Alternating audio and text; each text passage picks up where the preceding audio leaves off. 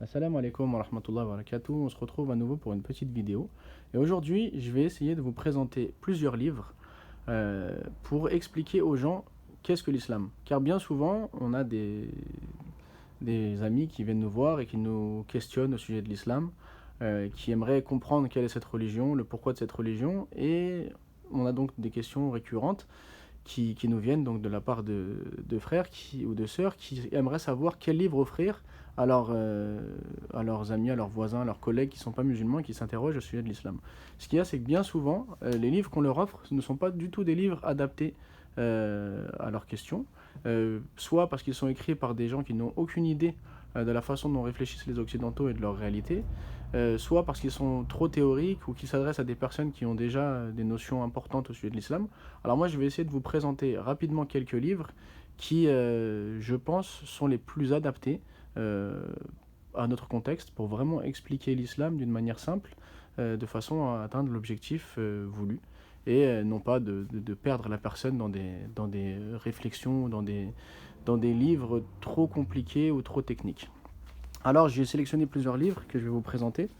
Le premier s'appelle Connaître l'islam de Ali Tantawi. Donc je pense que c'est un des meilleurs qui existe. Pourquoi? Parce que l'auteur s'adresse en fait au lecteur comme un père s'adresserait à son enfant.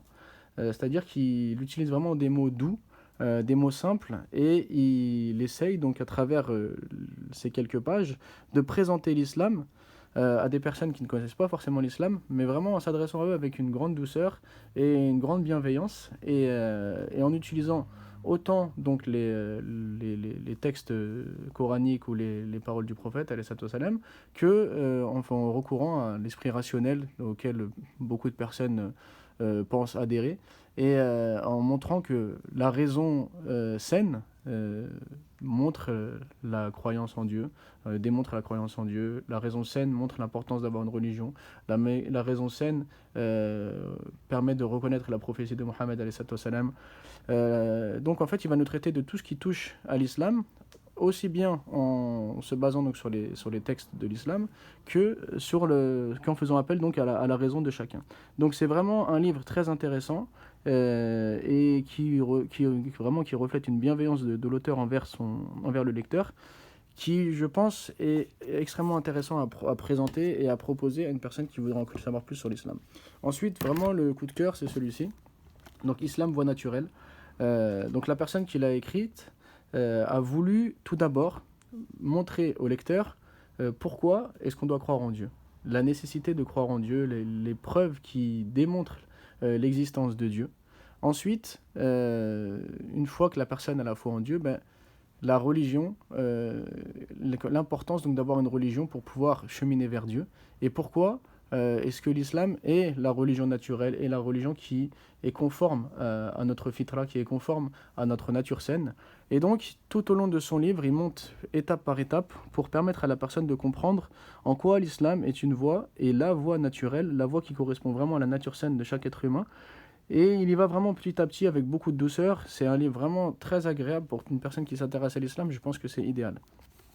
Également, réflexion sur la création de l'imam Ibn al-Qayyim.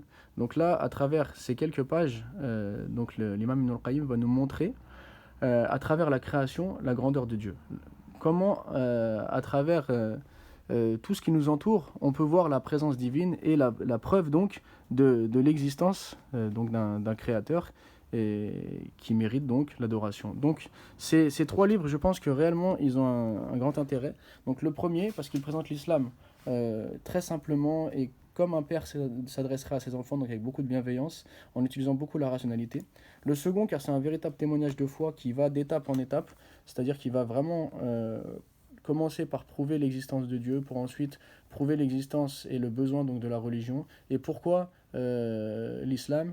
Donc c'est vraiment également très intéressant. Donc le troisième, pour méditer sur la création.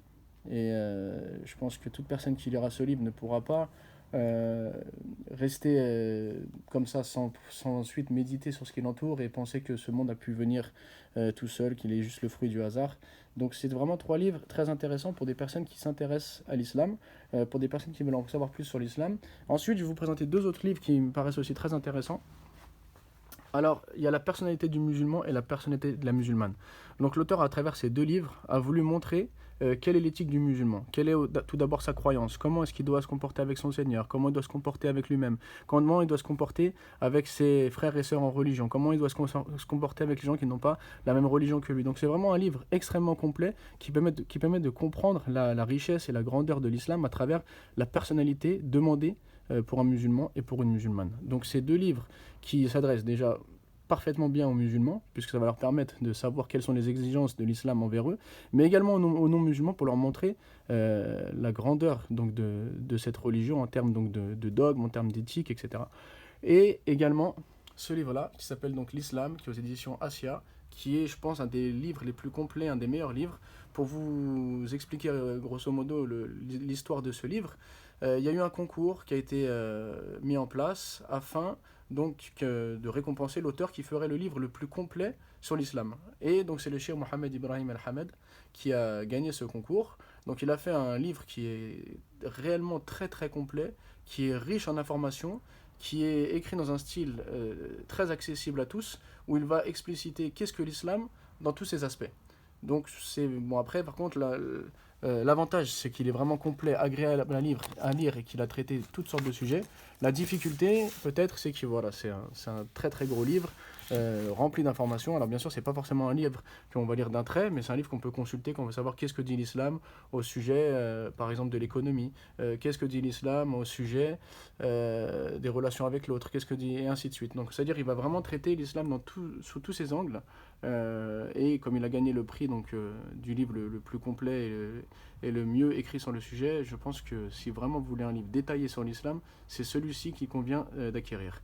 Donc voilà, j'espère vous avoir éclairci et je vous dis à bientôt pour une prochaine vidéo, Inch'Allah. Assalamu alaikum wa rahmatullahi wa barakatuh.